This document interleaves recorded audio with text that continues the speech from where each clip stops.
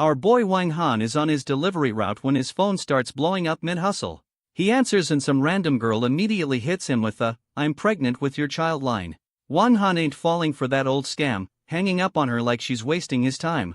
Shaking off the weirdness, my man gets right back to his grind, weaving through traffic. He pulls up to the delivery center just as his co-workers are deep in some juicy gossip. Wang Han, looking way too cool for this job, asks his chubby co-worker what he's mumbling about. The chubby one starts spilling tea about some rich girl's wedding while our boy just ties his shoe. Gossip boy shows a pic of the crazy hot rich girl complaining she's marrying some ugly dude. Our boy glances at the phone and realizes he knows that face, and his whole demeanor changes. Wang Han snatches the phone from his boy's hand, confirming his suspicions. Oh, it's her. Wang Han remembers her as some drunk girl who tried to hit on him while his boy keeps yapping. The realization hits him like a truck. That scam call was from her, and it wasn't a scam. We flash back to a month ago with the rich girl stumbling down a fancy-ass hotel hallway. She's feeling dizzy and immediately suspects her drink was spiked. Someone's clearly up to no good. The rich girl barely makes it to what she thinks is her room, 809, looking completely wasted.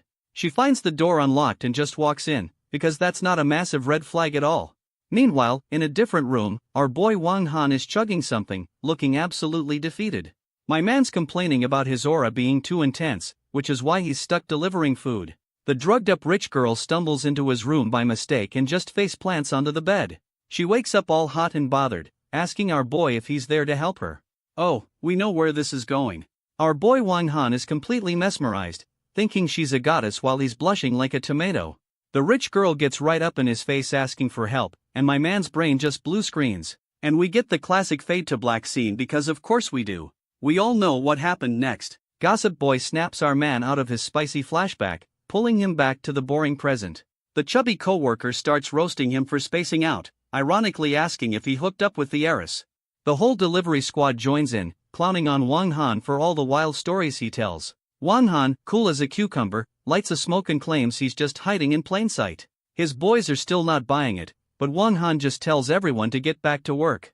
Right on cue, a flashy red Lamborghini pulls up, making a scene right in front of them. The entire delivery crew collectively loses their minds over the ridiculously expensive car. A single high heel steps out of the Lambo, and you just know some drama is about to unfold. The rich girl, Suchi, emerges from the car, looking way too classy for this delivery depot. We get a close-up, and yep, it's the Heiress from the photo, and she does not look happy. The entire delivery crew is down bad, with hard eyes popping out like cartoon characters. Gossip boy's brain finally starts working, connecting the woman in front of him to the photo. The whole squad collectively loses it, realizing the actual Su family Heiress is right there. The Heiress walks straight past everyone and calls out Wang Han for ignoring her calls. His co-workers are absolutely floored that their boy is getting called out by a billionaire. Wang Han plays it cool, pretending he didn't see any calls like a true professional dumbass. She drops the "I'm pregnant with your baby" line again, right in front of his entire crew. The whole delivery squad is absolutely bugging out, while Wang Han just looks done with this entire situation.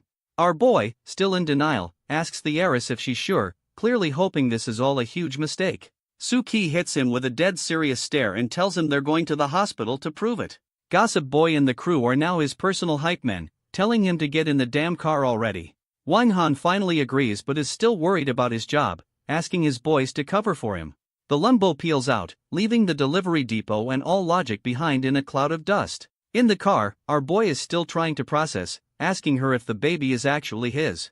Wang Han steps up, promising to take full responsibility for her and the baby if it's his. The Heiress just gives him this unimpressed side-eye, like she's not buying his broke-ass hero act. And then she just roasts him, asking how he'll pay for anything with his delivery boy salary. Wang Han leans back, acting like his delivery boy salary can actually support a billionaire's lifestyle. She drops the "I'm from the Su family" bomb, but our boy just calls her family status dumb crap.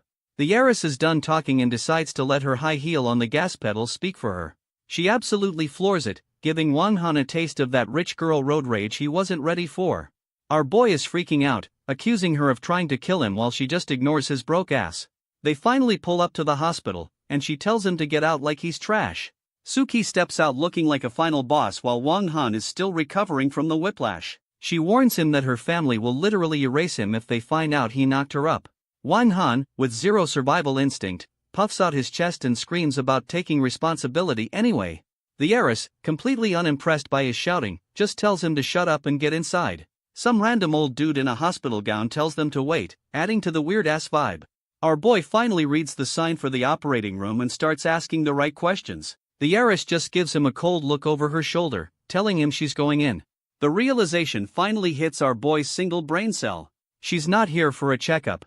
Wang goes from 0 to 100, grabbing her and asking if she's lost her damn mind. He's back on his I'll find a way hero speech, but she's looking at him like he's broke. The nurse rolls up with a clipboard, calling Suki for her procedure like it's a spa day. She grabs his hand and gives him this smug little smile, playing the part perfectly. The heiress just strolls into the OR, leaving Wang standing there completely stunned. Our boy is left fuming, realizing he's completely powerless against this woman's plans. The heiress is on the operating table with the surgeons asking if she's ready to start. Suki gives the camera a look of pure resignation, like she's accepted her fate. One of the surgeons preps a needle, telling her to relax like that's even possible. She squeezes her eyes shut as a single tear escapes. Okay, this just got heavy. At the last second, she throws up a hand and stops the whole procedure. She was bluffing. Meanwhile, our boy is outside having a pity party, convinced he's completely powerless. The door slides open and the heiress walks out, fully dressed and looking completely fine. Wang brain just blue screens, completely shocked to see her standing there. Our boy jumps up demanding to know how the surgery was over so damn fast. She just says she's tired and asks him to drive her home, still roasting his broke ass. Wang, now her personal chauffeur, casually claims he can fly a fighter jet. My man puts the pedal to the metal, handling the Lumbo like he was born in it. As they pull into her rich-ass neighborhood, our boy gets a very important-sounding phone call. He answers the call looking all serious while the heiress is passed out next to him. The call is about some secret bidding event, confirming our boy is living a double life. He pulls up to her family's ridiculously huge mansion and tells her to wake up. The heiress looks completely drained, not saying a word as they finally arrive home. She tells him to bounce before her family sees him, but he's trying to be a gentleman. She shuts him down cold, telling him to mind his own business while he just waves it off. A high heel stomps down hard enough to crack the pavement. Oh shit, the final boss has arrived. The heiress, Suki, trips and almost eats pavement. Classic. Wang, our delivery boy hero, sees her fall. Here we go again. Wang catches Suki mid-fall, smooth but predictable. He calls her clumsy.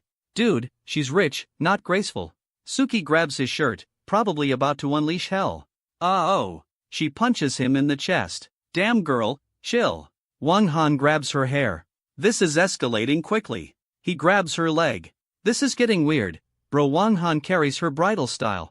Okay, this is officially a rom-com, we're in a fancy room. Safe to say he's at her place. Bet money.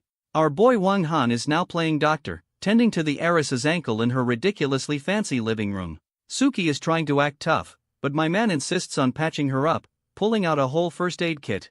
And right on cue, they get walked in on by two women who look absolutely shocked. We get the official intro. It's her pissed-off mom, Yang Huiman, and her concerned best friend, Lin Suefu. Wang tries to explain the situation calmly, but Suki decides to throw gasoline on the fire. She straight up tells them he's her boyfriend, who was just helping her out. This girl loves chaos. Our boy's face is pure shock. He did not sign up for the boyfriend role in this drama. The mom is absolutely losing it over the idea that her daughter is dating a delivery guy. Mama Su demands an explanation from her daughter, clearly not buying this sudden romance. She then turns her full wrath on Wang, pointing at him like he's a bug she's about to squash. Suki looks completely over it, probably regretting her decision to introduce a fake boyfriend. She tries to backtrack, telling her mom it was a joke, but Mama Su is not buying that weak excuse. The mom hits her with the guilt trip, reminding her she's engaged to some dude from the Chin family. Our boy Wang finally speaks up, defending the honor of delivery guys everywhere. Mama Su goes full Karen, calling him a low-class nobody who needs to stay in his lane. Oh, she pushed the wrong button. Our boy's intense aura is back, and he looks pissed. The best friend Lin Suefu steps in and tells Wang to leave before things get ugly. As he walks away, the best friend gives him a look like she knows there's more to this story. Mama Su is so extra, she tells the bestie to disinfect the floor where our boy stood. The best friend gets Sway alone and asks for the real tea, but she denies everything. The best friend, Lin Suefu, sees right through Suki's weak-ass denial about the delivery boy. Suki just drops the "I'm pregnant with his child" bomb on her bestie like it's the weather, and the best friend's brain just short-circuits, completely losing her shit over the news. She tries to talk some sense into Suki, who's just brushing it off as a drunken mistake. Suki doubles down, telling her bestie she's keeping the baby, engagement be damned. The best friend goes full on feral, thinking Sway has completely lost her damn mind. Sway calmly mentions our boy promised to take responsibility, like that solves everything. The bestie goes on a classic rich girl rant about how a delivery guy is beneath her. Suki hits her with the talk to the hand, and tries to change the subject immediately. The best friend mentions a bidding event, and wait a minute, wasn't that from our boy's secret call? The best friend's eyes light up, and you just know some terrible advice is about to be given. She hits Sway with the "I have a brilliant idea" line, which is never a good sign. The bestie suggests accusing our boy of rape, and Sway is rightfully disgusted. What a psycho. Meanwhile, Wang Han is just trying to find his way out of this rich people maze. My man's stranded in the villa district with no taxis, but a mysterious black car pulls up. The car stops right in front of him, because of course his ride just magically appears. A fancy-ass leg steps out of the car, and our boy looks like he knows what's up. Some old dude in a suit calls him young master, and the delivery boy cover is officially blown. The old-timer confirms he's the ride to that secret bidding event from the phone call. Wang Han plays it cool, saying his grandpa told him, confirming he's not just some delivery dude. Wang Han tells the old-timer he needs a wardrobe change, because you can't show up to a bidding war in a delivery uniform. The limo peels out, officially leaving his delivery boy persona in the dust for the night. We cut to the bidding event, and it's exactly the kind of rich people party you'd expect. Our boy Wang Han cleans up nice, looking like he owns the place instead of delivering food to it. But of course, the best friend Lin Duofu spots him from across the room. Busted. She walks up on him, still thinking he's just some random delivery dude who snuck in. The bestie really asks if he's working another part-time gig as a waiter. The audacity. Wang Han is starting to sweat, trying to figure out how to play this without blowing his cover. She just grabs him and drags him off like he's a misbehaving child, not even asking. The best friend goes full ride or die, threatening him to take responsibility for Suki's baby. Our boy is still processing the baby news, thinking she already handled it at the hospital. The bestie goes feral, grabbing his collar and confirming Suki is keeping the damn baby. The single brain cell finally fires, and he realizes the whole surgery was a complete sham. She gets right up in his grill, threatening him not to even think about ghosting them. And to really drive the point home, she stomps her high heel right on his foot. My man is screaming in pain while she just looks at him like he's pathetic. Cold. Their little soap opera gets interrupted by the announcer starting the main bidding event. Wang Han decides he needs to speedrun this rich people party to go find the baby mama. Some new girl in a suit rolls up and calls him young master right in front of the bestie. She introduces herself as his assistant, officially confirming our boy's secret identity is out. The bestie is gone, and our boy Wang Han tells his assistant it's time to get down to business. Wang Han and his assistant look completely shook as they walk into the main hall. Some dude on stage announces the Chin family is just claiming the bid, basically telling everyone to back off. We get a close-up on this new villain's greasy mustache as he demands respect. This clown is Chin Lei, the young master of the Chin family, and he's threatening the whole room. The assistant confirms this mustache-twirling villain is their main competition for the night. Our boy scoffs at the idea of this dude being a rival while his assistant explains their plan. The pieces finally click for Wang Han. This is the ugly rich dude Suchi is engaged to. Our boy gives the fiancé a death stare, realizing this whole bidding war just got personal. The auctioneer officially starts the bidding for the big prize, and you know it's about to go down. The fiancé, Chin Lei, opens the bidding with a cool 5 billion like it's pocket change. The whole room starts whispering, saying no one would dare challenge the Chin family. Our boy Wang Han immediately raises the bid to 6 billion without even blinking.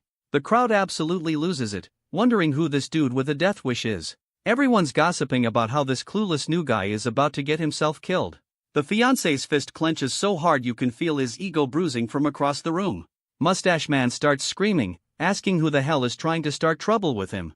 Wang Han just gives him a calm smile, explaining how auctions work to this clown. The fiancé doubles down, trying to intimidate him by saying the Chin family wants this. Our boy hits him with the ultimate power move, asking what that has to do with him. The whole room is bugging out, wondering who this new guy with a death wish is. Mustache Man gets all red-faced and UPS the bid, clearly not used to being challenged. Our boy Wang Han just casually raises it again, looking bored while doing it. The fiancé and his crew roll up on Wang Han, trying to pull the "we own this city" card. This clown gets right in our boy's face, screaming about how they always get what they want.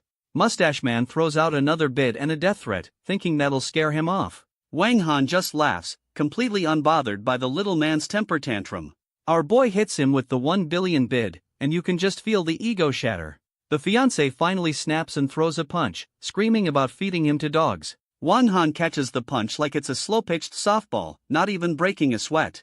Our boy Wang Han goes airborne and kicks Mustache Man right in the jaw, asking if he's all alone. The fiancé's whole crew comes flying in to jump him, but our boy looks completely unbothered. Wang Han starts using the furniture as weapons, yeeting a chair into some goon's face. We get the close-up on our boy's face and yeah, he's officially done playing games. My man turns into a human blender, taking out the entire squad with a flurry of kicks. Mustache Man is absolutely bugging out, shocked that some random dude actually hit him. Wang Han hits him with a smug-ass look, confirming he's exactly the one doing the hitting. Our boy launches himself for the final blow, about to send this clown into next week, and we get the massive impact sound effect because of course this dude got rocked. Wang Han has Mustache Man in a chokehold with his legs, completely and utterly owning him. Our boy Wang Han, fresh off the beatdown, asks the room if anyone else wants to bid. The auctioneer is absolutely terrified, confirming that no one else wants to get folded. Wang Han tells his assistant to handle the boring money stuff because he's got a baby mama to find. We cut to some other rich people drama, with a new old dude and a girl in a white dress. The girl, who is actually the bestie Lin Suefu, complains to her grandpa about missing the auction. Grandpa tells her to watch her mouth because they're waiting for a mysterious big shot. The bestie scoffs, wondering who could possibly make her powerful grandpa act so damn cautious. A butler rolls in to report that the Chin family got outbid and lost the auction. The bestie is completely floored, wondering who had the balls to snatch a win from the Chin family. Grandpa drops the bomb that the guy who won is the exact person they're waiting for.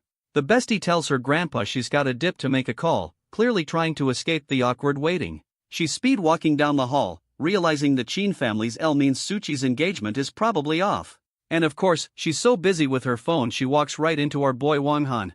Classic. She immediately starts flaming him, still convinced he's just some delivery dude who keeps showing up everywhere. The bestie just walks past him to make her call, while our boy looks like he's connecting the dots. Wang Han enters the room and the grandpa greets him as young master, officially starting the big shot meeting. Our boy confirms the auction is handled, and then casually asks about the girl he just ran into. Smooth. Grandpa goes full wingman trying to set him up with his unmarried granddaughter, but Wang Han ain't interested. The old man starts dropping lore about Suchi's family and the now busted marriage alliance with the Chin family. Our boy gets real serious, asking about Suchi's personal life like he's running a background check. The grandpa keeps dropping intel, confirming Suchi is a stubborn good girl who's never dated. Our boy gets the smug-ass grin, realizing he's the first and only just as his phone starts ringing. And speak of the devil, it's the baby mama herself, Suchi, calling him right on cue. He answers and she wants to meet, so my man immediately agrees to pull up on her. Wang Han dips out while the grandpa is still trying to set him up with the bestie. Bro, read the room. We cut to Suchi looking all pensive on a park bench, probably overthinking this whole situation. A close-up shows she's definitely got a lot on her mind. The baby daddy drama is real. Our boy rolls up on a sick-ass motorcycle, ditching the limo for a more dramatic entrance. He stands over her like the main character he is, ready to drop some life-changing news. Wang Han puts his arm around her and just casually proposes, promising to take care of everything. The Heiress hits him with the reality check, asking if his broke ass can actually afford a family. Our boy, in full rich guy mode, acts like money is just a concept for poor people. She points to her watch, basically asking him to price check his own financial doom. My man flexes hard, naming her watch down to the damn screws without even looking. Suchi is shook but still roasts him about his delivery salary. Old habits die hard. Wang Han goes full sugar daddy, talking about having kids while she tells him to chill with the bragging. And of course, the moment gets interrupted by her phone ringing. Classic drama timing.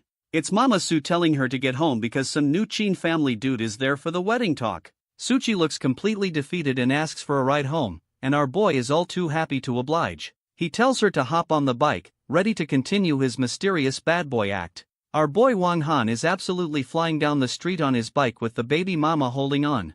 The Heiress is totally digging the bad boy vibe, leaning on him with a smile. They ride off into the sunset, or at least back to her ridiculously huge mansion. My man escorts her right up to the front door like he's been doing this his whole life. Suchi announces she's home, with our boy standing right behind her looking like her new boyfriend. Mama Su is already waiting with some new dude, looking pissed that her daughter is late. The Heiress tries to play it off like she was just on a walk, which is a bold-faced lie. Mama Su immediately calls her out for bringing a man home, reminding her she's still engaged. The new guy on the couch gives a friendly wave, confirming he's the replacement fiancé. And we get the official intro. This is Chinhao, the second son, so they swapped out Mustache Man. Mama Su tells the new fiancé the wedding deal is on hold since his family lost the bid. This new clown, Chinhao, brushes it off, saying they should just get married first. Total red flag. And his inner monologue confirms he's a creep just trying to get her in bed. We got another winner here.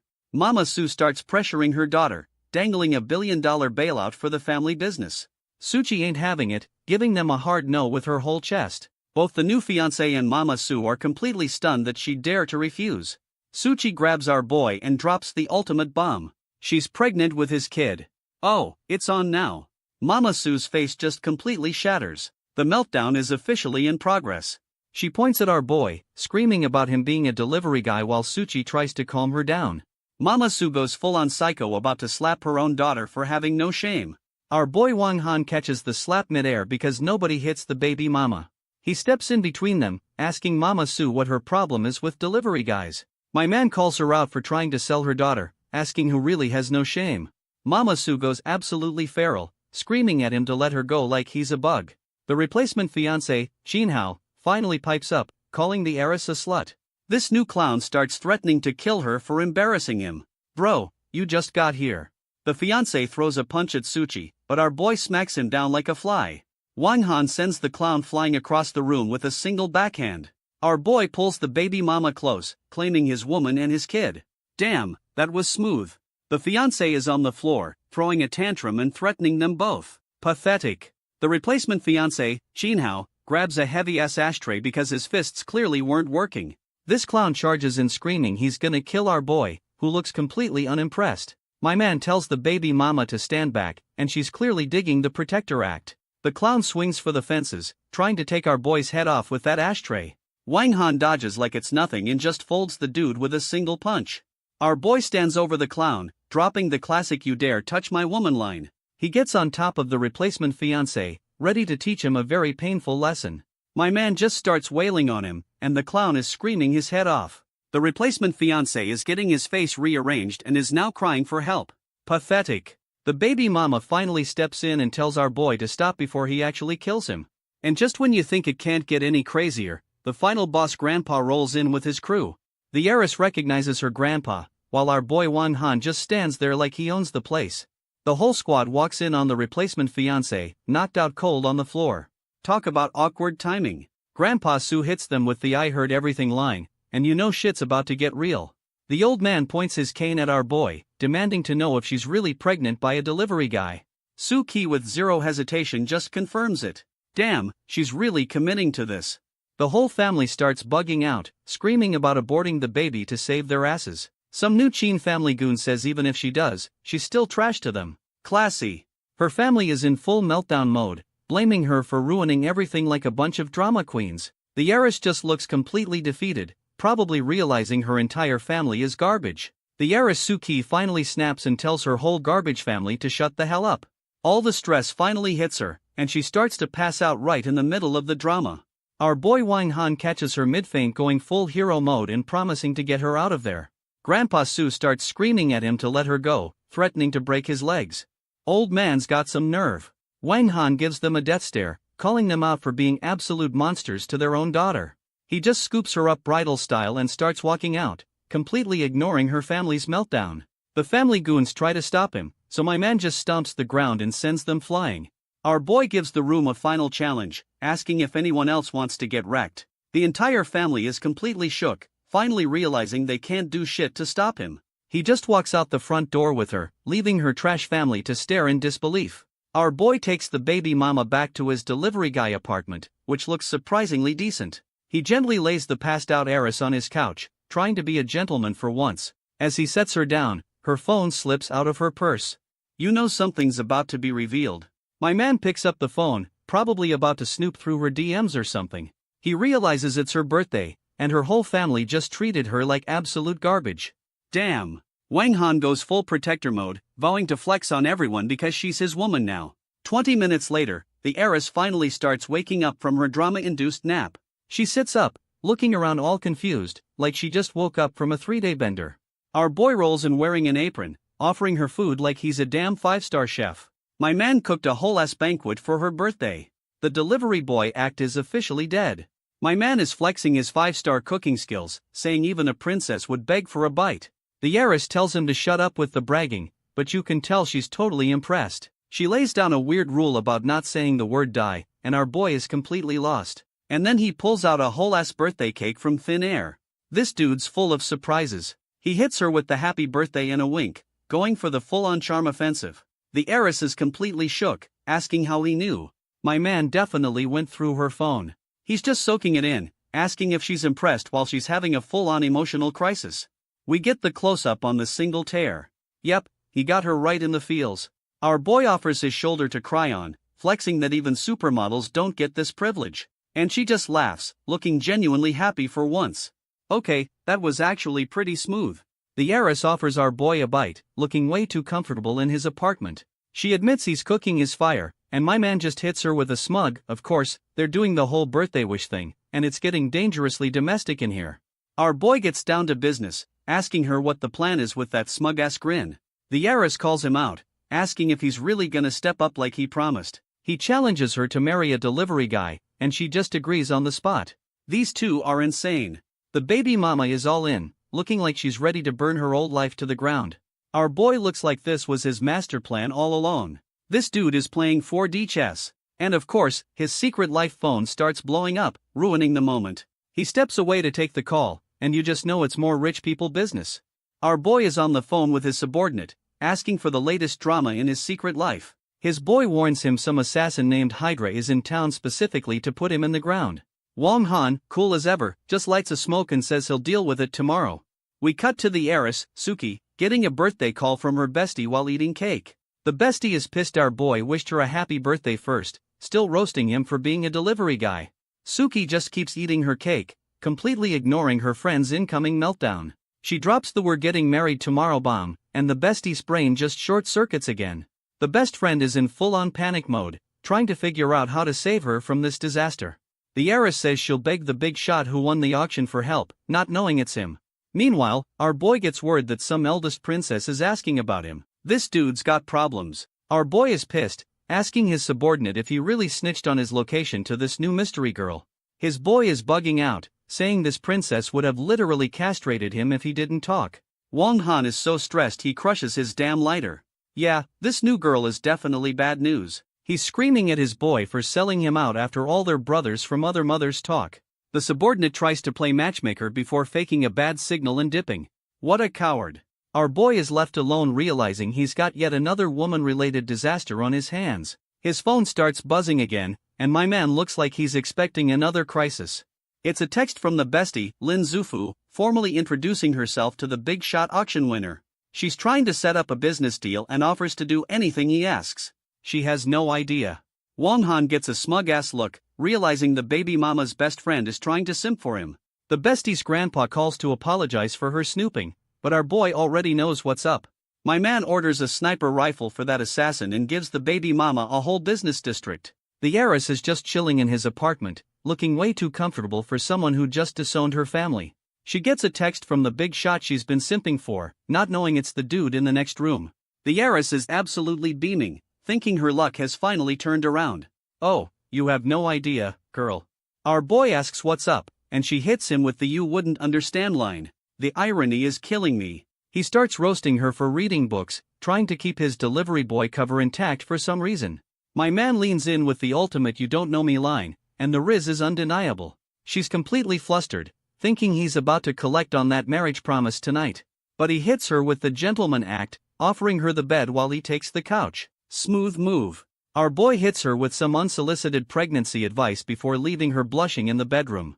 The heiress is down bad, admitting to herself she was actually hoping he'd make a move. We jump to the next morning, because it's time to get these two legally bound. My man starts his day with some casual one-handed handstand push-ups, because of course he does. The heiress walks out and roasts his workout, asking if he's practicing some kind of frog jutsu. He drops some badass martial arts name on her, but she's clearly not buying the delivery boy's secret skills. She calls him out asking why a delivery guy needs to know a genuine killing technique. He hits her with a wholesome backstory about protecting his family, and she's totally eating it up. The heiress is now playing house, making him breakfast and calling him thoughtful. My man tells her they're going to his place after breakfast, and you know it ain't this apartment. The heiress says they need her papers to get married, while our boy keeps up the poor delivery guy act. She calls his bluff, asking if he's backing out, and he just smirks like the smug bastard he is. My man asks about meeting the parents, but she's playing the long game. Baby first, family drama later. She admits her family would never approve, so she's going to trap them with a grandkid. Savage. He asks if he's marrying into her family, and she checks him out before dropping the bad news. The heiress roasts him one last time, saying his family background is a little weak. Our boy hits her with the "am I not good enough" line before telling her to get on the bike. She hops on, and my man tells her to hold on tight before they speed off to make it official. They peel out of the Civil Affairs Bureau, leaving all common sense in the dust. And of course, some new goons are watching, with the chubby one calling her a bitch for sleeping with a delivery guy. The chubby goon orders his boys to kill our man and kidnap the heiress. Real classy. Scarface and his crew are all too happy to follow orders and start the chase. Our boy and the baby mama are just trying to enjoy their post-wedding ride, completely clueless. Wong Hen clocks the van tailing them, realizing their little joyride is officially over. He tells the heiress to dip, trying to get her out of the line of fire before shit pops off. My man starts weaving through traffic like a pro, trying to shake these clowns. He drops her off at a safe house, which is definitely not his delivery boy apartment. Our boy gives her one last look before peeling out to handle his new fan club. He confirms the van is still on his ass, officially luring them into a trap. Wong Hen floors it, ready to lead these goons on a merry chase right into an ass-whooping. Our boy pulls up to the safe house, which looks more like a damn mansion than a hideout. My man does a power slide so hard he cracks the damn pavement. A little extra, don't you think? We get a close-up on his shoes, because I guess his footwear is important to the plot now. He looks up and spots someone on the balcony, probably thinking it's his backup. Nope, it's Scarface from the van. The goons beat him here and it's an ambush. Our boy isn't even surprised, just annoyed he has to clean house before his real fight. He just walks right into the trap house like he's paying rent. This dude has zero fear. And look what's waiting for him. The sniper rifle he ordered to deal with that Hydra assassin. My man picks up his new toy, giving props to his boy for the quick delivery. He's checking out the scope, but hold up, is that a bra on the bed? My man's priorities are a mess. And of course the bestie, Lin Suefu, walks out in a towel and starts screaming. She's still roasting him for being a delivery guy, asking what he's doing in her family's villa. Our boy spots a sniper's laser dot on her forehead and immediately tells her to get down. He tackles her onto the bed just as a bullet shatters the window behind them. She's still trying to fight him off, completely clueless that he just saved her life. My man pins her down, telling her to shut up before she gets them both killed. He gets up all business while she's still trying to process the near-death experience. Our boy gets on the scope, calling out that Hydra assassin like he's been waiting for this.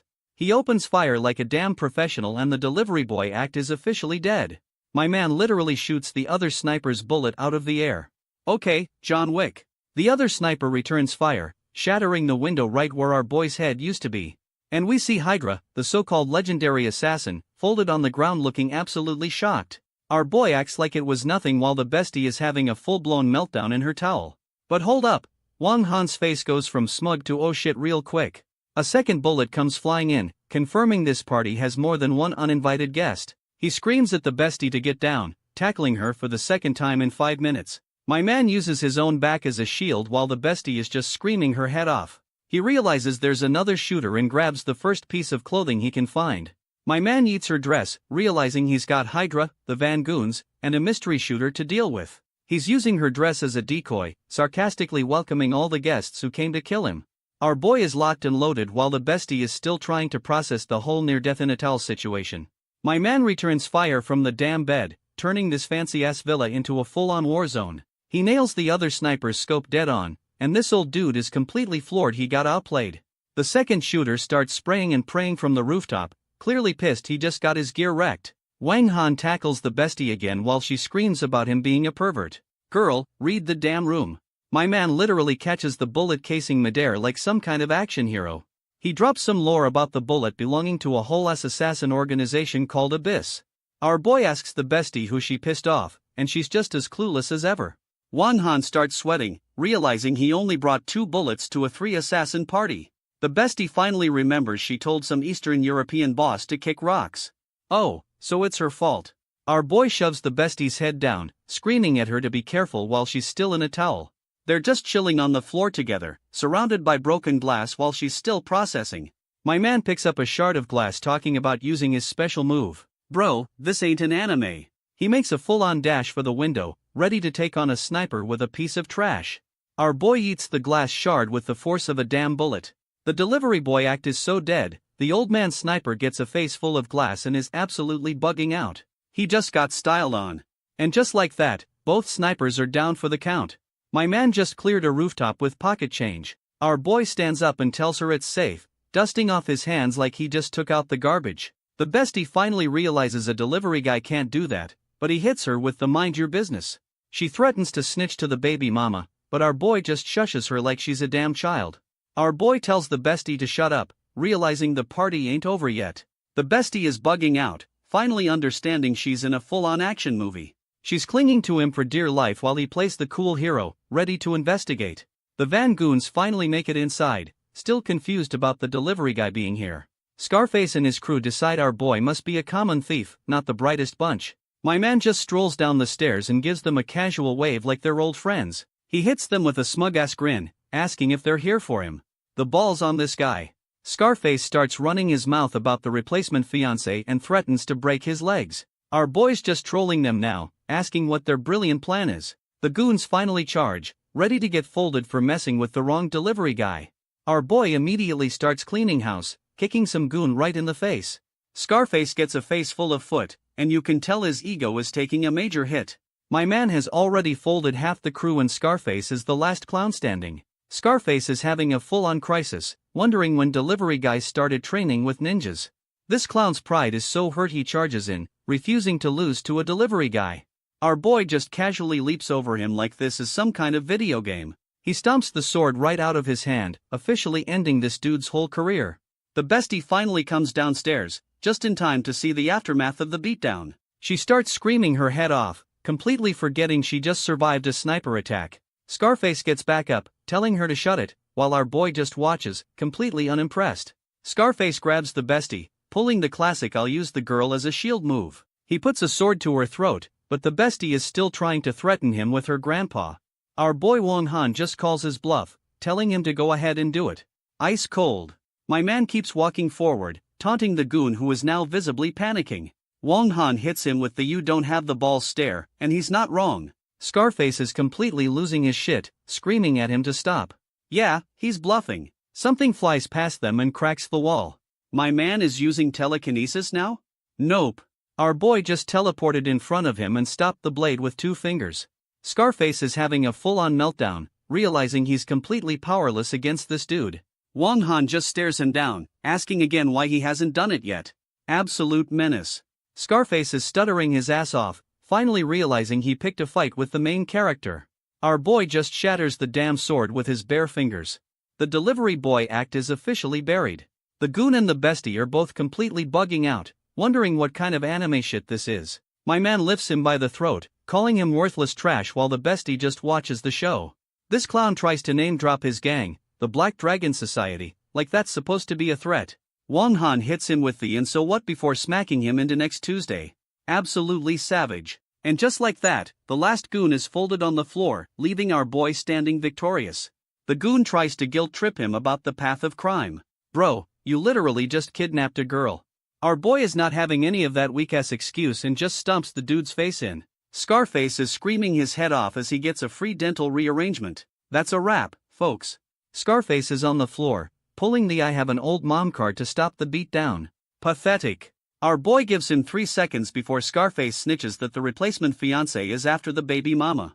Wong Han is officially pissed, realizing his new wife is in danger. He kicks the goon for not leading with that info. Bro, you gave him 3 seconds. And right on cue, the cops show up to ruin the party.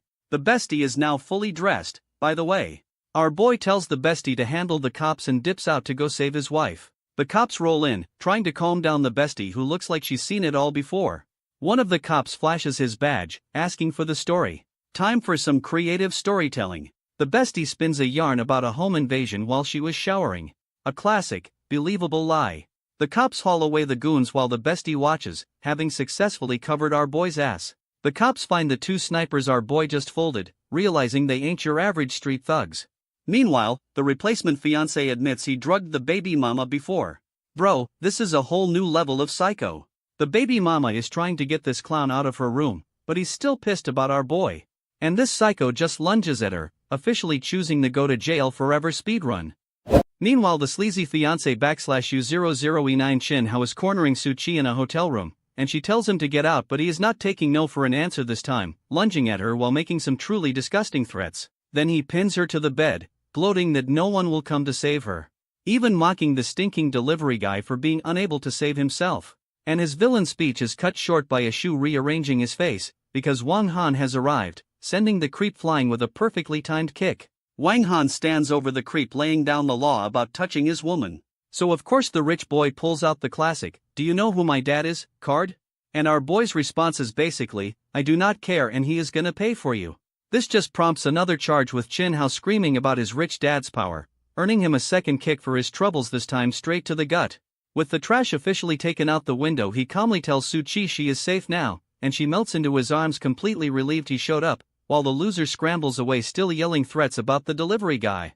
But then Wang Han suddenly asks for the time, completely changing the mood. Because he is late for a meeting and invites her to come along. Their next stop is a massive skyscraper for some serious business, where they walk into a meeting and Suchi is greeted as President Lu, so she is the boss, and an assistant is shocked to see him calling him young master before he cuts her off, playing it off like she is just an old classmate, much to Suchi's surprise. So the assistant just has to roll with it, agreeing it is a total coincidence. And they quickly pivot to business, sitting down for the project meeting. Just then a whole welcoming committee of executives bursts in to greet President Lu, and leading the pack is Suchi's own grandfather, Elder Su, who apparently rushed over without even eating. He is that hyped for this deal. But then he immediately questions why Suchi brought a random guy to a high-stakes negotiation. Her dad immediately starts yelling, telling Wang Han to give up his seat and serve drinks. Then some other relative tries to hijack the meeting, telling President Lu to just deal with him. And when Suchi tries to protest, Grandpa just tells her to get the water already, while her uncle chimes in that she should just focus on getting married, peak family support. But Wang Han finally speaks, asking what right they have to steal her project, which gets the whole table screaming at him for daring to have an opinion. And they start mocking her for dating a delivery guy, even throwing in a fake pregnancy rumor. Grandpa orders her to throw Wang Han out, but she stands up for him, which just makes the old man absolutely lose his mind over her insolence. So Wang Han calls them all shameless, and Grandpa demands to know who this upstart is. And our boy just turns to the assistant, claims Suchi is his fiancé /U00E9, and says the project is hers. This completely throws the cousin for a loop, who keeps trying to argue she is not qualified. But the assistant shuts it down, saying it is Suchi or the deal is off. Then she adds the ultimate burn, telling Grandpa he is not qualified to meet her boss. Elder Su is just left sputtering, completely outplayed, and sweating bullets. So the uncle immediately starts groveling, promising the project will go to Suchi. This assistant then dismisses the entire family, saying she only needs to talk to Suchi now, leaving the old men to shuffle out of the room with their tails between their legs. And as they go, the cousin gets told to shut his mouth by his own dad, while Wang Han just smirks at the clowns who played themselves, ready to sign the deal. Kicked out of the meeting, the cousin immediately starts whining to his dad, but his father just tells him to chill, because he has got a backup plan. And then he drops a juicy family secret: Suchi is adopted, which her own father confirms, calling her a total disgrace to the family name. Grandpa immediately starts scheming, asking about her biological parents for leverage, but they are apparently long gone, leaving behind nothing but a worthless pendant. This uncle's grand strategy is to let her do all the work and then steal the project, so creative, and the cousin is all smiles, totally on board with this brilliant act of betrayal. Meanwhile, at a completely different corporate tower, a new player enters the game, where a guy in a slick suit asks two security guards for a light, and the guards are friendly enough asking if he is there for an interview. He deadpans that he is a delivery guy, so they joke about being mortal enemies, but the suit guy just takes a drag, completely unbothered by their little rivalry. Suddenly the guards snap to attention, fawning over the arrival of their company president. And he scoffs at their reaction, so one guard tells him to know his place. Just then, President Lu herself appears, and he greets her as she goes to get the car, leaving the guards starstruck that she even acknowledged them, much to his amusement. One guard gets way too familiar, giving him a condescending lecture on having dreams. And right on cue, his dream pulls up in a red sports car, telling him to get in.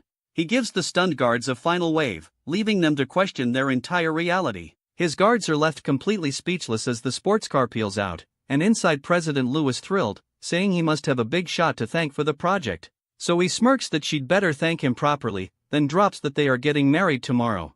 She is totally blindsided, but he explains it is just so his kid has a father, a true romantic. Firing back, she tells him his $30,000 a month offer is way too low, and he just scoffs, asking what a delivery guy is worth anyway as they speed off. Their destination is a ridiculously fancy modern mansion, where he teases her for knowing the way, but she just credits her GPS. Just as they are walking up, she has to pause to take a call. And our boy gets one too, the old man reporting the Black Dragon Society stole a shipment. He agrees to handle it, but then the old man pivots, asking about the marriage rumors, which makes Wang Hen flip out, demanding to know who snitched, surprised it was Lin Qingyun. Then comes the classic lecture about all the rich daughters he is ignoring, followed by the ultimate threat: his big sister is coming tomorrow, and he completely panics. He hangs up fuming, threatening to pull the old man's oxygen tube, but plays it cool for her, saying it is nothing before they head inside. They walk into the massive, minimalist living room, where she notices a card in his pocket and asks what it is, though he just brushes it off as a greeting card and says he is starving. Taking his jacket, she sits down, thinking that maybe having a house husband is not so bad after all. Wang Hen plays the perfect house husband, telling her to relax while he cooks, and he fully commits to the bit, calling himself a kept man for his wife. Leaving Su Chi completely speechless at this sudden domestic bliss, this next day it is off to a government building for some official business. And just like that, they walk out officially married, mission accomplished. She asks if he is going back to delivering food, but he jokes about hitting on girls now, which earns him a huffy walk-off that he clearly finds hilarious. But then it is back to work, time to handle that task from the old man. And his destination is the swanky headquarters of the Black Dragon Group. Turns out the Black Dragon Society went corporate, upgrading from street gang to shady business, running all the classics like loan sharking, and he is here to crash the party. In the lobby, two goons at a desk ask him what he is here for, so our boy just coolly announces he is here to collect a debt. They think he is a customer until he clarifies the debt is from their boss, Baldy Lou, which prompts the standard "you are tired of living" speech as they charge, and the first guy throws a punch that was absolutely doomed from the start. Wang Hen blocks it without even looking, already lining up a counter kick, which sends the goon flying through the air. One down, his buddy charges in next, completely failing to read the room, earning a beautiful kick straight to the jaw for his troubles, with the lobby goons officially redecorated. Wang Hen calmly asked to be taken to the boss, Baldy Lou. Upstairs, said boss is in the middle of some very important sleazy business, and his guest seems to be enjoying the flavor of his wine. Baldy Lou promises to fill her up later, a true gentleman of culture, but their quality time is interrupted by a tattooed goon bursting in, which makes the boss furious, yelling about who dares enter his territory. This poor guy is terrified, trying to explain who just showed up. But Wang Hen makes his own entrance, yeeting another minion through the door, delivering the unconscious goon right to Baldy Lou's feet. This boss pulls a gun, absolutely losing his mind over this disrespect, so Wang Hen just casually flicks a little something his way, which embeds itself in the desk, leaving the boss totally confused. Then he recognizes the black card and the tough guy act instantly vanishes. His own man confirms it is from the 10 Elders Society, a group you do not mess with. And our boy just smirks, glad they are finally on the same page. Baldy Lou immediately drops to his knees as the goon names Wang Hen the ninth prince, and suddenly he is begging for orders, his whole demeanor flipped upside down, even gets the honor of lighting Wang Hen's cigarette. What a promotion. Wang Hen finally mentions the stolen shipment and suddenly it is all just a big misunderstanding. Wang Hen casually lectures him on the poor life choice of stealing from the 10 elders, dropping a classic edgy line about how the black card executes even gods and ghosts, but Baldy Lou suddenly finds his spine, pulling the gun again and blaming Wang Hen for his own bad choices. In response, our boy just flicks his cigarette but with impossible speed, which hits the gun with enough force to shatter it in the boss's hands, a real party trick. He then calmly states a simple fact: everyone who has ever pointed a gun at him is now dead, and with a single swipe he uses the card to end the conversation permanently, sending the now former boss collapsing to the floor. His lady friend screams murder, while the tattooed goon just stares, processing the sudden job opening. This tattooed underling cannot believe his boss was just taken out so easily, and the backup arriving in the hall is equally stunned by the news. This whole crew is here now, staring at their former leader on the floor. Wang Hen grabs the tattooed goon, offering a simple choice: become the new boss or join the old one. Unsurprisingly, the guy picks promotion and immediately pledges his loyalty, with the whole gang following suit. Satisfied with the hostile takeover, Wang Hen just tells them to get his goods, and just like that another successful corporate restructuring is complete. Meanwhile some old dude with a head injury is marching toward the building. Ignoring his subordinates' warnings about Wang Hen, he storms right up to the entrance, demanding to see the boss of the Black Dragon Society. His brilliant plan is to pay Baldy Lu any price to kill that delivery guy. Talk about bad timing. Except upstairs a completely different guy is telling everyone he is in charge now and they are calling him Brother Long. This bandaged uncle storms right in, yelling for a boss who is very unavailable, and he is still demanding to see Boss Lu, completely oblivious to the recent restructuring. So the new tattooed boss clarifies that Lu's position has been vacated permanently, without missing a beat. The uncle offers this new guy 50 million to take care of someone, and his high priority target is, you guessed it, a food delivery guy. Brother Long is skeptical, thinking this rich kid is pulling his leg about a $50 million hit on a nobody, but the uncle is dead serious, raving that this guy beat him up and stole his woman, which is just music to the new boss's ears. A big payday on his first day. This client has one special request: he wants to watch the guy die with his own eyes.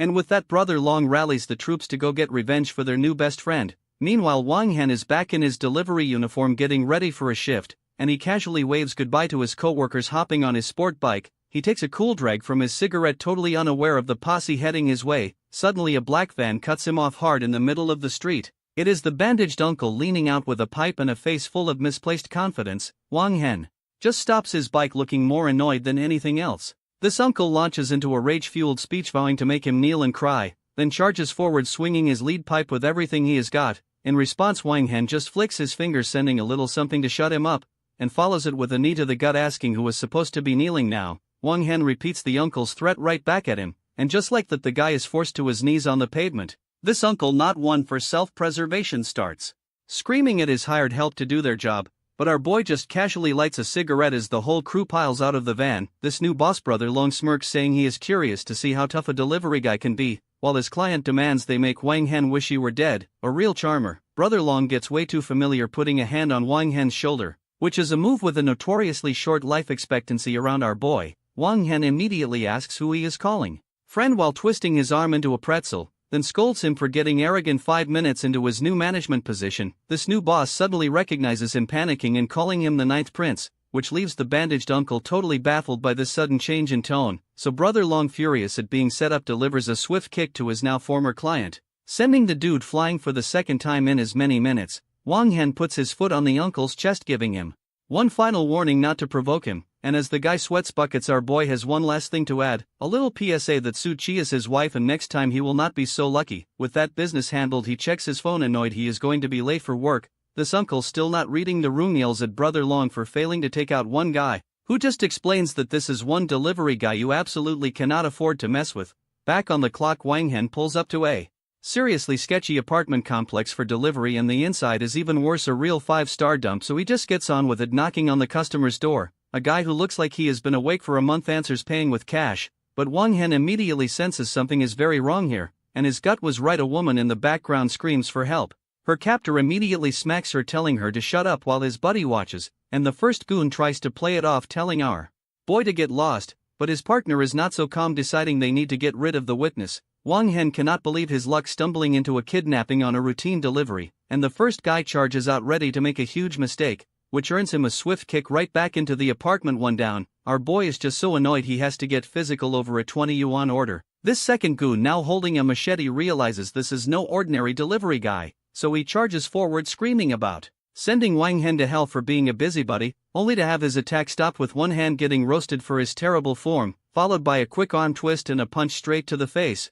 which sends him flying as the captive now begs Wang Hen to save her. Wang Hen just casually kicks the door shut, ready to finish this up, looking completely unfazed. Just another Tuesday for the Ninth Prince. With the kidnappers handled, the captive girl begs Wang Hen to save her, so he calmly unties her, asking if she is okay to walk, then drapes his jacket over her shoulders. A true professional, he has already called the police and hands her a phone to call her family, and now it is time for some light housekeeping like tying up the trash. These two goons get a front row seat to a lecture on their poor career choices, after which the woman introduces herself as Zia Weining and thanks him profusely, but the name Wang Hen makes her freeze up completely. She just silently hands him her phone, much to his confusion, and suddenly he is on the line with a woman yelling about him getting married secretly, forcing him to stammer an explanation to his big sister that he is on his way, who promptly hangs up on him because family is just the best. At that moment an old man with bodyguards bursts in yelling for Waning, and it is her dad arriving to find his daughter safe next to a random guy and two tied-up goons. He rushes over to hug her, frantic with worry,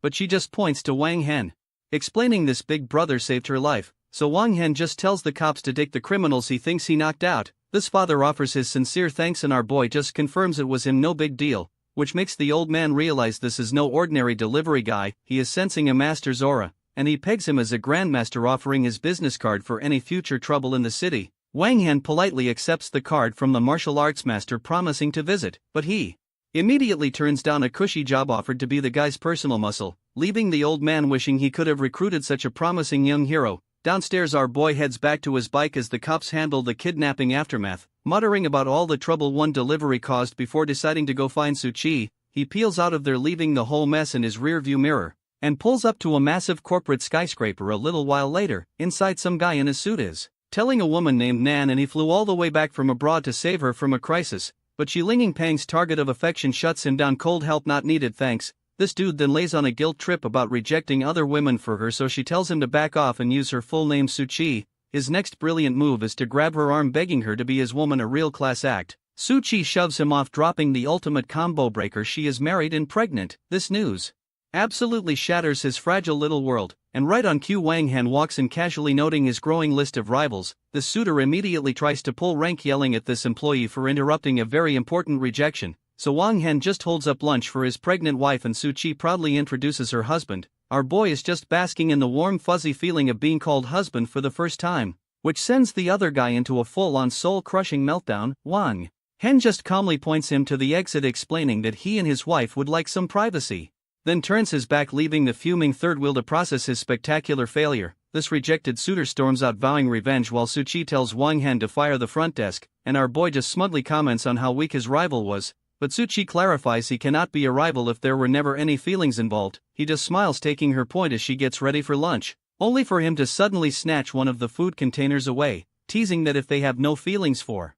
each other then she gets no food. She immediately plays the pregnancy card, reminding him he is obligated to feed her, and after one bite she has to admit his cooking is incredible. Suchi even offers to fund a restaurant, but he scoffs that not just anyone is worthy of his cooking, which prompts her to ask just how many other women he has cooked for. He tries to play it smooth, insisting he is only cooking for the baby, not her, so she changes the subject, asking why he is not in his delivery uniform. His brilliant explanation is that he lent his clothes to a sexy girl he rescued, which earns him an immediate eviction notice from a very unimpressed Suchi. He tries to lecture her about pregnant women staying calm right as the door slams in his face. From inside she yells at him to go deliver food to his new sexy girl instead, and she is still fuming for a moment before checking her phone. It is a text from kid's dad saying he is off to earn money for baby formula. A follow-up text invites her to dinner as the child's father, and she cannot help but smile. Outside, Wang Hen just sighs, calling her a stubborn woman before heading out. Wang Hen just smirks, much preferring husband to child's father, and with that ego boost he is off to his next destination. Speeding through the streets on his trusty delivery bike, he pulls up to a fancy villa, clearly not here for a food order, and walks in with a woman named Enian right into a lecture from her aunt. Enian immediately drops the bomb that they are married, so deal with it, which sends the aunt into a spiral over her marrying a delivery guy, but Enian stands her ground, insisting she knows exactly what she is doing. Right as two more men arrive to try and de-escalate the family drama, one of whom gives a suspiciously warm welcome to his new brother-in-law, they send the couple upstairs to change, leaving the rest of the family to plot, and the aunt immediately asks her nephew if he is just going to let this happen. He is already called for backup. This two of them are absolutely delighted at the thought of teaching this trash a lesson, and their muscle arrives, a portly dude introduced as young Master Chin. The Sula character promises him a surprise for coming on such short notice, just as Enian and Wang Hen come back downstairs to find the unwanted guest, and she immediately asks what this guy is doing at a family dinner. This aunt just brushes her off, demanding she sit next to young Master Chin, but Enian points out the very obvious problem: there is only one chair left. A man at the table clarifies that is because riffraff do not get to sit with the Su family. Wang Hen just asks why he cannot sit, and the family tells him to know his place, until the head of the table shuts them down. If you do not have a chair, squat. Enian immediately offers her seat to Wang Hen, ready to stand for him, which makes her dad slam the table, ordering her to sit with young Master Chin. But one cold hard stare from Wang Hen has their honored guest sweating buckets, and suddenly young Master Chin is politely offering up his own chair. Problem solved. This aunt is absolutely scandalized that he would give his seat to a peasant, but Chin insists, practically forcing Wang Han to sit down before he gets hurt. Our boy then drops a bomb telling Kid's mom to sit down because she is pregnant, and proceeds to serve her food, leaving the entire family speechless. Meanwhile, Sula pulls young Master Chin aside, promising a special surprise, while Wang Han and Inian just try to enjoy their meal amidst the chaos. This big surprise, Sula drug Inian's wine so Chin could have her. What a great cousin. Young Master Chin is not thrilled, realizing this idiot is trying to get him killed, so he immediately screams a warning about the knockout drug in the wine. Inian is stunned and Chin wastes no time pointing the finger straight at Sula, which earns the scumbag a face full of wine from a very angry Inian. Sula is just left sputtering, covered in the evidence of his failed creepy plan, and Wang Han gets up cracking his knuckles ready to do some housekeeping. A swift punch sends Sula reeling. Family dinner is officially over. Wang Han stands over the loser, giving him one last very clear warning about touching his wife, and with Inian calling the place filthy, they just step over the body and leave, leaving the rest of the family to tend to their bruised and humiliated cousin. Later, driving in a sports car, Inian demands an explanation for the night's events, specifically asking why young Master Chin was so terrified of him, to which Wang Han gives a smug non-answer about how some people just need a good slap. She calls him out for bragging, gently reminding him his status is a real problem for her family, but he just scoffs, claiming his family's rules are way stricter than hers. That bravado vanishes the second he gets a text, his face dropping in pure panic, because Big Sister has arrived and given him a 10-minute countdown to show up. They speed over to a sleek modern apartment building, with Inian wondering who on earth could have him this spooked. He warns her to be on her best behavior, which she finds pretty funny coming from a delivery guy, but our boy is dead serious, telling her not to mess this up. They walk in to find a woman in a blue dress smoking and radiating an aura of absolute authority, and Wang Han immediately switches to a cheerful, doting little brother routine, but his sister Rao Rushuang is clearly not impressed by the act. Her first word to him is a single ice-cold command, kneel. To Inian's absolute shock, the unstoppable master immediately hits the floor, and then Big Sister turns to her, inviting her to join the party. Wang Han tries to play the pregnancy card, insisting Inian cannot kneel, but Inian steps in herself, earning a very skeptical look from Big Sister. This sister gives a long unimpressed stare, clearly not buying it for a second, and her response is to just kick Wang Han across the room for his bad habits. He is on the floor trying to plead his case, but she is not listening at all. She lays down the law. Family punishment comes before any explanations, but Inian jumps in front of him, shielding him from any more discipline. She goes full mama bear, calling out the sister for being completely unreasonable. Big Sister calmly lists the family virtues, asking which one Inian thinks he broke. Then she drops the charges: secret marriage, premarital pregnancy, and marrying someone unworthy. Inian is absolutely furious, demanding to know who exactly is worthy then, so Big Sister just casually lists the 4 ultra-powerful fiancé /U00E9s he already rejected. Wang Han tries to play peacemaker, reminding his sister again about the pregnancy, but Inian suddenly tells them both to drop the act. She thinks she has figured it out. This whole thing is just a childish play between them. She accuses Wang Han of faking the entire powerful family drama because he is insecure. He insists it is all real, but he is done with the drama and does not want his kid in this mess. With that, he tells Inian he will find her after the baby is born, and she just walks out. He warns his sister not to chase after her, reminding her that Inian is carrying his child. His sister just scoffs, dismissing Inian before revealing she is here on a mission from the old man. His sister hands him a bead, revealing it as a token for yet another arranged marriage, and Wang Han is just staring at it like, hello, already married here. But one death glare later, he is promising to obey the old man's orders, no questions asked. Meanwhile, Inian has taken refuge at her friend Zufu's swanky villa, where Zufu gently suggests that maybe Wang Han was not faking his whole powerful family act. Inian scoffs, completely convinced he just hired an actress to play his big sister, but her friend brings up a solid point. You know the trope about secret tycoons disguised as delivery guys. This sudden defense of Wang Han makes Inian extremely suspicious, and she immediately accuses her friend of hiding something from her. This interrogation quickly devolves into a tickle fight, because of course it does. Once they settle down, Inian asks for an update on contacting a certain big shot, and right on cue there is a knock at the bedroom door. In walks some guy in a suit, Lin Jingping, looking way too pleased with himself, who just happens to know the exact big shot they were talking about. He is talking about the billionaire who just dropped a fortune on the new district project, and he offers to personally introduce Inian to him. What a coincidence. Elsewhere, Wang Han is on a balcony fuming that Su Chi is ignoring his calls, but his mood shifts when he gets a new text message.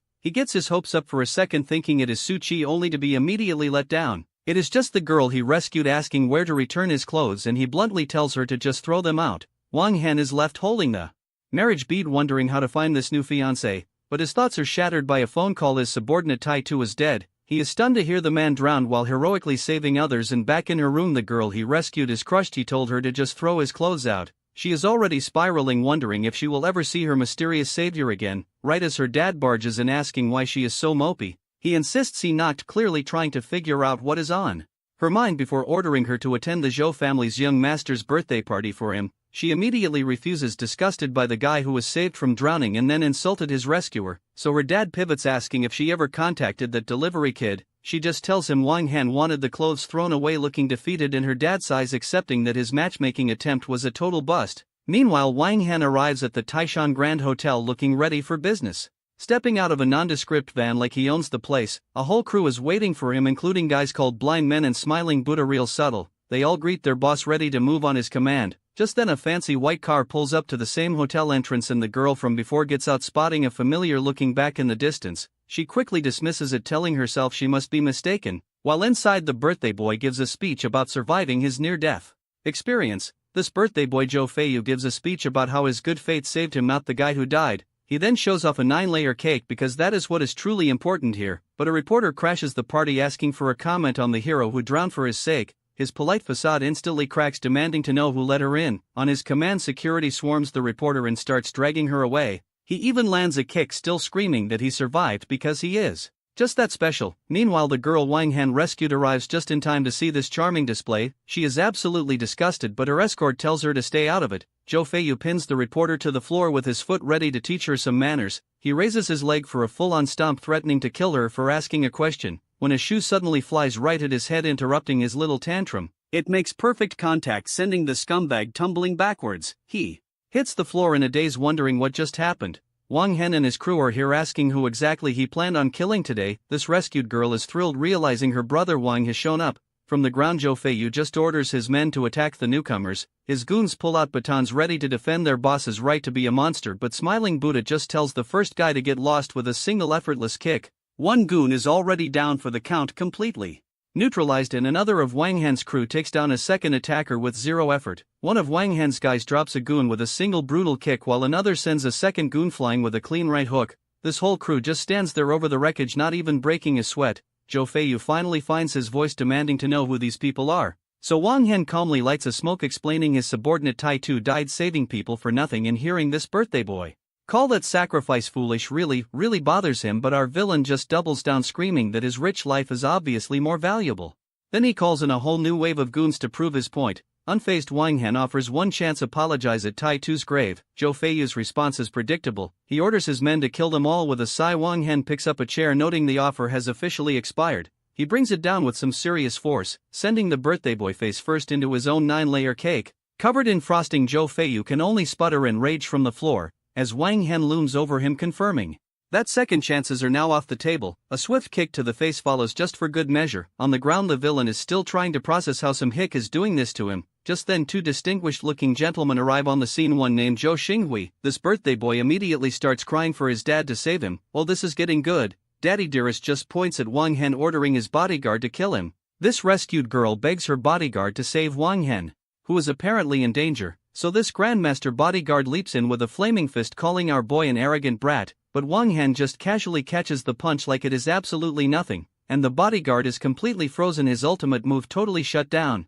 Smiling Buddha then steps into play, grabbing the guy's wrist with a grin, unleashing a move called Immortal Caresses the Peak, which is just a fancy way of slamming the guy's head into the floor. Daddy dearest is just stunned, wondering what happened to his top muscle, while the defeated bodyguard recognizes the technique, realizing they are up against the Gu family. Suddenly the dad's all smiles and apologies, trying to de-escalate with the friends from Hong Kong, but Wang Han is not having it, reminding him his son already blew his chance, so the dad pivots to bribery, offering a measly 1 million for the dead mechanic's life, which earns him a boot to the chest as Wang Han roars that his brother's life is not for sale. He grabs the old man by the collar, absolutely livid at the disrespect, but incredibly the dad just laughs it off, saying a mechanic's life is cheap. Wang Han threatens to bankrupt his entire family, and the dad basically dares him to do it, so his assistant makes one simple phone call: crash all Zhou family businesses now. This old man is still laughing, asking if they are filming a movie. The denial is real, and right on cue a panicked employee bursts in with some very bad news.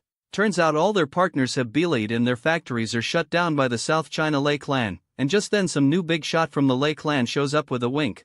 making Daddy Dearest immediately switch to full-on bootlicker mode, and now he is on his knees screaming at his son to apologize for the misunderstanding, but Wang Hen puts a foot on his back clarifying there is no misunderstanding at all. This old man desperately tries to name-drop his brother in the military headquarters, so our boy just smirks telling Blind Man to make a call of his own. One quick check on the Zhou family's military connection is all it takes, and Blind Man gets right on it looking bored as ever. Wang Hen just tells them he is taking the kid, consequences be damned, while the birthday boy is dragged away still screaming for his uncle to save him. This dad gets a call and smirks thinking his powerful brother is on the line, except it is his brother screaming that they have messed with a military big shot. Now the uncle is getting stripped of his rank and the dad is just speechless. Next stop on this apology tour, the cemetery. They are at Taitu's grave ready to pay proper respects, and the birthday boy is ordered to get on his knees, still whining about his rights as Wang Hen shoves him down. Our boy just orders him to kowtow and apologize properly, and a foot to the head ensures he bows with appropriate enthusiasm. With the apology delivered, the crew pours one out for their fallen brother. Meanwhile, a woman named Nanan visits a grave paying respects to her grandma and a brother, and she confesses to the tombstone that she is pregnant by a delivery guy her family hates, while also ranting about some other guy who faked being rich. Grandma was right, men are trash. Changing the subject, she mentions a kind benefactor who recently saved her from a crisis, leaving her grandma's favorite snacks as an offering on the headstone. As the rain starts pouring, she says her goodbyes, promising to visit again soon. An assistant is already waiting with an umbrella to escort her to a nearby car. Inside, she is bickering with her cousin and a friend about the sudden downpour, but their argument is cut short when a massive limo blocks their path out of nowhere. This cousin starts screaming about which suicidal maniac is in his way. Just as a whole crew of men in black suits and umbrellas emerge from the luxury car, they are all there to respectfully greet their young master, who is Wang Hen. Standing in the rain, he gives orders to make arrangements for Taitu's orphan daughter. From the other car, Nanan's friend spots him asking if that is the guy she knows. Nanan is just stunned, wondering what on earth he is doing at a cemetery. Then she sees the big shot from the Lei clan, the guy from the hotel, opening the car door for him. Her friend is absolutely losing it, asking who that VIP is, but Nanan has no idea. This cousin, however, recognizes him immediately. It is the crown prince of the Lei clan. With their business done, Wang Hen's entire motorcade pulls away, heading for Taitu's house. Her friend is still reeling, telling Nanan to call him because this is clearly not just some delivery guy. Nanan flatly refuses to call him, saying it is impossible, so her cousin just blames the rain, changing the subject to a big shot she needs to meet, and he gives a seriously slimy smile, confirming it is all arranged. As they drive away, the plan is set to introduce her in 2 days. Meanwhile, Wang Hen's crew arrives at a quiet apartment complex, confirming with the boss that this should be Taitu's place. Wang Hen approaches an old man sleeping on a bench, asking if this is the right house, but the grandpa has no idea who Ironhead is. Total confusion. Our boy clarifies using his fallen brother's real name, Chen Qiang. That name rings a bell, and the old man points them upstairs, asking if they are here for the inheritance, then mutters that his greedy relatives have already seized the apartment. At the top of the stairs, they find a little girl squatting all alone in the hallway. One of the crew is already seating as Wang Hen gently asks if this is her home, and she just says her dad went to a faraway place, which is absolutely heartbreaking. These guys are floored. This is Taitu's orphan daughter. Wang Hen asks why she is not inside, and she explains her aunt and uncle will not let her in, then points to a cardboard box, saying her auntie told her that is asterisk her home now. Lineman is absolutely livid, calling them shameless for making a kid live like an animal, so he just kicks the front door right off its hinges. Inside, 2 relatives are enjoying a seafood feast, completely unaware their meal is about to be interrupted. This uncle screams about his door being kicked in, clearly interrupted from his very important meal, so Wang Hen calmly asks when exactly Taitu's apartment became his property, and this guy actually threatens to call the cops, prompting Wang Hen to ask if he is even human, which earns him a swift knee to the gut for his troubles, sending him and his entire seafood dinner flying across the room. With the trash handled, Wang Hen tells Smiling Buddha to give them a proper welcome, and Smiling Buddha is more than happy to oblige, cracking his knuckles with a grin, delivering a very thorough one-sided beatdown to the screaming relative. After a quick attitude adjustment, they are suddenly begging for mercy as Wang Hen asks the little girl her name. Gyu. Blind Man points out the obvious, leaving her with these monsters is a death sentence, so Wang Hen just asks Gyu if she wants to come live with them, and she immediately says yes. He then tries to volunteer Blind Man for parenting duty, who panics, saying he is a killer, not a babysitter, but it is too late. The little girl has already chosen her new guardian, tugging on his jacket. Blind Man immediately pivots, telling her to call Wang Hen godfather, and just like that it is official, leaving our boy to just smirk at how he became a dad only days after getting married. This next day, we cut to a much nicer apartment complex, and there is Wang Hen in an apron serving his new daughter breakfast before school, who seems to be having the time of her life while he is busy texting. trying to get Nan Nan to eat, but she is still furious, telling him to stay away until her baby is born. He just sighs about her temper as Gyu happily announces she is finished and ready to go. Wang Hen plays the part, agreeing to take his new daughter to school, and of course it is some ridiculously fancy private academy, where he gives her the classic study hard pep talk, all thanks to Uncle Lei. Then they head into the principal's office for the official welcome, meeting the principal and a certain teacher Zia, and Wang Hen is completely stunned because he definitely knows that teacher. She is just as surprised, happily calling out to brother Wang, then immediately asks if the little girl is his daughter, so he just rolls with it, patting her head like a proud papa. This principal, seeing they are old friends, conveniently delegates the tour to her. With Gyu in good hands, Wang Hen says his goodbyes to go work, and the little girl waves him off, calling him godfather, while he promises to pick her up later with a smile. This teacher immediately starts prying, asking if he is her real dad, but she is all sympathy after Gyu explains her real dad is in heaven. Outside, Wang Hen sits on his bike, already complaining that being a dad is hard. Just then his phone rings. It is a woman asking if her bastard missed her, and he is instantly flustered, asking this eldest princess how she got his number. She orders him to get ready for her visit tomorrow, but he tries to shut it down, saying he is married, which means absolutely nothing to her since she already knows his wife's name. Wang Hen is absolutely losing it. This princess investigated him and is coming tomorrow, and of course she hangs up on him before he can argue. This next morning he is back on dad duty, dropping Gyu off at school. Deciding he should probably give his pregnant wife a heads up about the incoming chaos, he texts Nan Nan to ignore a woman with a ponytail, but she just assumes it is another hired actor, leaving him to sigh about how complicated women are before lighting up. Back on the bike, he is just another delivery guy worried about being late, and his next stop is some ridiculously opulent mansion. Our boy cannot help but be a little impressed by the sheer scale of the place, then rings the bell announcing the food delivery has arrived. He offers the pizza box with a polite smile as the door opens, but the woman who answers is a very familiar, very surprised face. Wang Hen just plays it cool, calling it a coincidence with a smug little grin, while she dismisses him to her friends as just the delivery guy. Her friend comes over recognizing him, so the woman admits they were junior high classmates, which only confuses the friend who has absolutely no memory of him, so he gives a fake name, Zhang Wei, claiming he was just a forgettable nobody, but a guy in a suit immediately calls him out. There was no Zhang Wei in their class. This new guy then scoffs at the very idea of a former classmate working as a delivery driver, even questioning why a big boss like her would ever know such a person. This suit-wearing clown lectures him about the massive gap between the rich and poor, then pulls out his wallet, asking why the delivery boy is still standing there. With a smug grin he offers a couple hundred as a reward. What a philanthropist.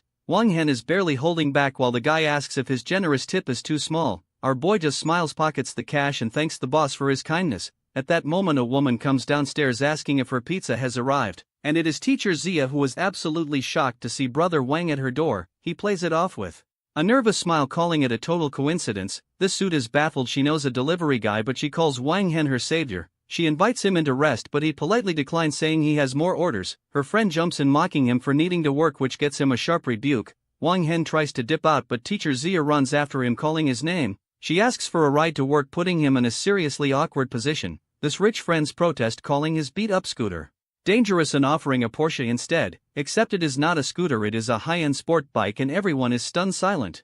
This redhead just glares at her friend completely over his pathetic attempts to show off, so teacher Zia hops on the back, waving goodbye as they prepare to leave. They speed away from the opulent mansion, leaving the others in their dust. Back on the porch the suit tries to get his date to eat, but her mood is ruined. She just blows him off, claiming she has urgent work, and walks away alone. They are tearing through the city streets on his bike, and he checks if he is going too fast for her, but teacher Zia is just enjoying the ride, holding on tight. Suddenly a familiar red sports car pulls up alongside them. It is her rich friend trying to get her to ditch the bike for a luxury car. Our boy immediately tries to pawn her off, not wanting any more trouble, so teacher Zia thanks him by asking him out to dinner this weekend. He gives the classic "I am busy" excuse, desperate to get away. Speeding off while she waves him a friendly goodbye, Wang Han just mutters that he cannot handle women. The stress is real. Later that evening he is back on dad duty, walking Guegua home, promising to cook for her as she happily calls him dad. But when they get to his apartment they find a pair of strange high heels at the door. Steam is pouring out from behind the bathroom door, and out walks the eldest princess in a towel, asking why he is so late. Wang Han immediately covers Guegua's eyes, telling her to get dressed, but the princess just coolly asks who the little girl is. He declares she is his daughter, trying to prove he is a married man, which prompts this woman to tell Guegua to call her mom, and Wang Han absolutely loses it, screaming at her audacity. Wang Han immediately tells the princess not to mess with the kid, but she just leans in and introduces herself as Guegua's new mom, so he quickly sends the little girl off to do her homework. leaving the two of them alone in a very tense living room. This princess immediately gets handsy, accusing him of getting married behind her.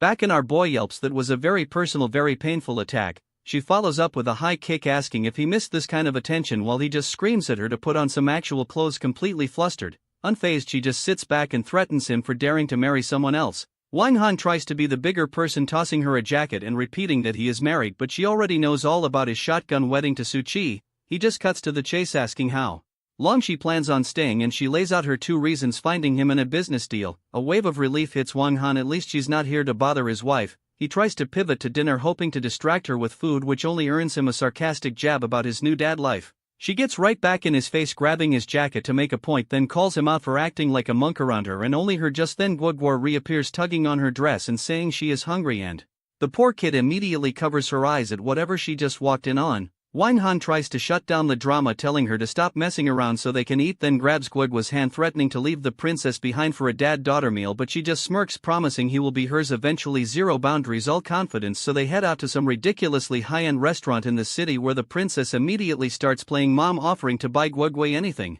And she quickly corrects the kid, it is godmother, not auntie, a total power move. They're led to a massive private room, which Wang Han just dismisses with a casual "it'll do." This princess immediately starts teasing him about being a reluctant godfather, earning a sharp rebuke, while in another room 2 shady businessmen are meeting with a certain brother Lei. His lackey reports that some big project got snatched, and it is somehow tied to a Lin Qingyan, revealing the project is now controlled by none other than Wang Han's wife Suchi. This brother Lei hatches a scummy plan, dig up dirt on Suchi and her delivery guy husband to ruin her. His goon loves the idea. Just as a waiter walks in to serve their table and brother Lei does a double take, the waiter looks suspiciously like the guy who outbid him. His buddy scoffs, saying it cannot possibly be Suchi's husband, but decides to check anyway, peeking out the door to see Wang Han, Gui and the princess having a lavish dinner. It is a perfect little family scene, with the princess doting on the kid with a chicken leg, and the spy just grins, realizing he has struck blackmail gold. What a show. After dinner the princess walks them out, promising another family outing soon, but later she is back at his apartment building, wondering why he is not answering his phone. Wang Han tries to play it cool, telling Guoguo to do her homework when they get back, but his wife Suchi is standing right there, completely blindsided by the scene. This tension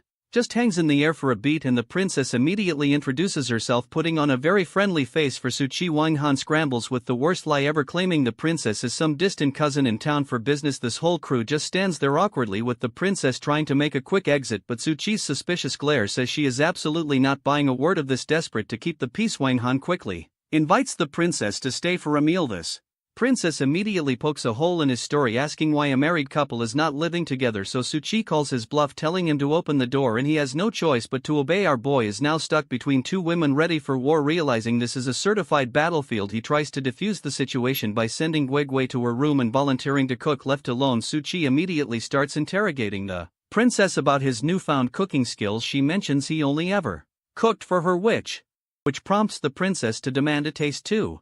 And Wang Han points out she just ate a massive dinner, but that is clearly not the point. With a dramatic stretch, the princess just declares she is hungry again, completely shameless. Suchi's patience is clearly wearing thin, telling her to just act normal for once. Then she offers the sister some water with a smile that could cut glass, but the princess fires back that Suchi is younger and should be calling asterisk her asterisk big sister. Completely unbothered, she just leans back and asks when dinner will finally be ready. Wang Han serves up some noodles, trying his best to play diplomat in this war zone. And Suchi just stares at the bowl, the silence absolutely deafening. Of course, the princess immediately starts trouble, getting way too close for comfort.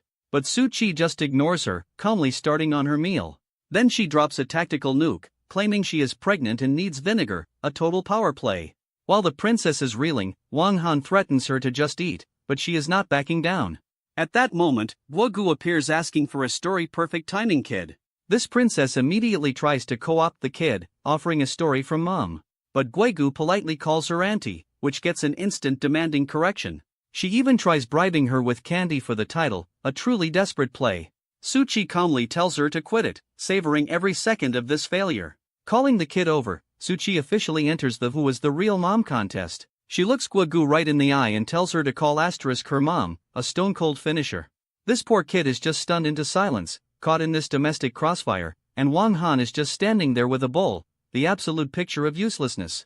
Finally, Guogu makes her choice, calling Suchi mom and sealing the victory for Team Wife. With a polite "take your time," Suchi leads the kid away, leaving the princess to her cold noodles. Wang Han just tells her to eat, and she grumpily agrees, having lost this round completely. Later, he sets the ground rules for sleeping. She gets a room, he is on the couch. But the princess cannot resist one last jab, asking why a married couple sleeps apart. Wang Han just tells her to eat and go to sleep, completely over the drama for one night. But then Su Qi appears, telling him to go to bed, and he meekly obeys, which has the princess fuming that she has never seen him so compliant before. This next morning arrives, all bright and deceptively peaceful, until you see Wang Han doing a casual handstand on the balcony railing, as one does. And Su Qi just calmly tells him breakfast is ready, not even blinking at the stunt. She is not eating though, announcing she is heading straight to the company for her project. Immediately shutting down his offer to drive her, telling him to handle Guogu instead. His follow-up offer to pick her up from work gets an equally frosty rejection. Wang Han just smirks to himself, clearly amused by her temper. In her car, Su Qi gets a frantic call. A smear campaign has hit the news and her project is frozen. And she is in total shock as her assistant sends her the link. There it is, the dinner photos twisted into a story about her wrecking a delivery guy's family. So Su Qi is absolutely furious, demanding to know who is responsible for this. Back at the apartment, the princess dramatically announces the news, but he just dismisses her. So she shoves her phone in his face, telling him to see the proof for himself. After one look at the article, Wang Han's expression turns deadly serious. Someone has a death wish. He immediately makes a call to a contact named Wen Long, ready to handle this problem permanently. Meanwhile, at a high-end hotel, the real culprit is celebrating. And we meet a young Master Su, gloating in bed with a woman about his victory. This young Master Su is feeling pretty good about himself, basking in his so-called victory. And he is ready to celebrate Su Qi's downfall. What a class act. But his party gets crashed by a boot kicking the door clean off its hinges. Standing in the doorway is a very serious-looking crew, led by a guy with some intense tattoos. And young Master Su immediately recognizes Boss One, his smugness evaporating instantly. This boss tells him to get dressed for a visitor, but our villain tries to play it cool, asking who dare. Which earns him a sharp rebuke. The time for questions is clearly over. Then the real guest of honor steps through, Wang Han looking like he owns the place. And the man with the eye patch, Wen Long, confirms his arrival. Young Master Su just scoffs, calling out the delivery guy for being in the wrong place. He just keeps running his mouth, completely oblivious to the danger he is in. Unbothered, Wang Han just calmly picks up a nearby vase, and promptly smashes it right over the loudmouth's head. This villain is absolutely stunned, bleeding, and asking if Wang Han has a death wish. So our boy answers with a backhand that sends spit flying. A swift kick sends the scumbag sprawling to the floor, ending the fight before it even began. And Wang Han yanks him up by the collar, his face already a mess. He demands to know why he'd treat his own sister Su Qi that way, but the guy just spits that she is not his sister. Which is absolutely the wrong thing to say to a man with glowing red eyes. With one final, devastating punch, Wang Han puts the trash right back on the floor where it belongs. Young Master Su tries to bribe Wen Long, offering double to kill Wang Han, a bold move for a guy on his knees. Which earns him a swift kick to the face from a goon for disrespecting Brother Han. And Wang Han lays out the plan: make this clown force the media to delete everything and clarify the truth. So the enforcer gives him a little encouragement, telling him to listen to the man. But our villain is a slow learner, still begging for help against the delivery guy. So the goon winds up another slap, tired of hearing the same nonsense. And after a bit more persuasion, he is promising to make the media retract everything. With the goon just smirking that this would have been easier without the beating. Meanwhile, back at Su Qi's corporate tower, the fallout is just beginning. Where her assistant reports the media wants 80 million to delete the news, which Su Qi calls straight up robbery. And just then, two family members storm in, yelling about how she has disgraced them all. But Su Qi calmly tells them it is all a lie. Though the old man just calls her a homewrecker, announcing another president is on the way. Because he does not care if she is innocent, he just wants the problem solved now. Revealing their real play, they will help if she gives up her power in the company. And her rival whines that the project should have been his, calling her success dog shit luck. But Su Qi is not backing down, refusing to hand over a thing. So the patriarch punctuates his argument by slamming his cane on the floor, very subtle. Pulling the for the family card, insisting she is too young and has no choice. But at that exact moment, her assistant opens the door, announcing another president's arrival. And in walks another president, flanked by Su Qi's delightful family vultures. While her rival immediately starts sucking up, promising to handle the unfortunate scandal. But the patriarch just yells at Suchi to hand over the project, since she is clearly incompetent. Right on cue, her assistant rushes in. The negative news has been completely resolved, leaving Suchi absolutely floored, wondering how that is even possible. Her relatives are just as stunned, discovering all the articles have vanished from the web. So the old man tries to argue she is still a risk, but President Liu shuts him down cold. With her business done, President Liu just waves goodbye, leaving the schemers in the dust. Suchi quickly calls out to her, a sudden realization dawning on her face, asking if she can meet President Liu's boss, the mysterious person behind all this. This president just gives a sly smile, saying her boss is a bit of an enigma. And then she just walks out, leaving Suchi in charge and her family absolutely seething. Well guys, that's the end of the video. If you like this video, comment part 2 in the comments section. Also subscribe to the channel. Hit the bell and like the video. Thank you for watching and see you next time.